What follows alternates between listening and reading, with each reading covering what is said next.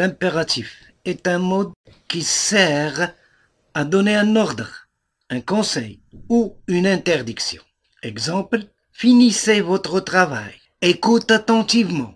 Ne traversons pas en courant. Les verbes à l'impératif n'ont pas de sujet exprimé. Ils se conjuguent à 3 personnes. La deuxième personne du singulier respecte le code de la route. La première personne du pluriel respectant le code de la route. La deuxième personne du pluriel respecter le code de la route.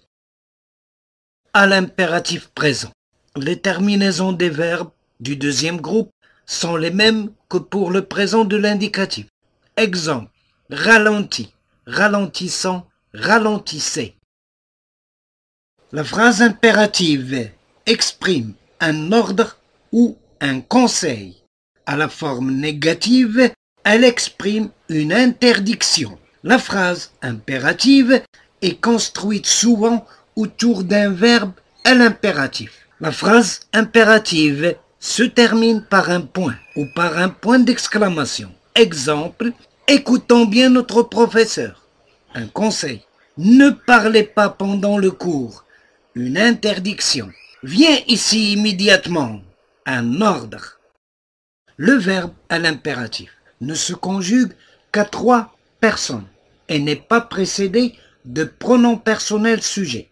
Au présent de l'impératif, les terminaisons des verbes du troisième groupe sont S, ONS et EZ. Exemple, part, partant, partez. À la deuxième personne du singulier, certains verbes du troisième groupe font exception et ont une terminaison en E. Offrir, cueillir, ouvrir, avoir. Exemple, offre-lui un vélo. Pour les 4 verbes suivants, l'impératif se conjugue ainsi. Être, soit, soyons, soyez. Le verbe avoir est, ayons, ayez. Verbe savoir, sache, sachant, sachez. Vouloir, veuille, veuillons, veuillez. Le verbe aller est un verbe du troisième groupe. Il a une conjugaison irrégulière à l'impératif.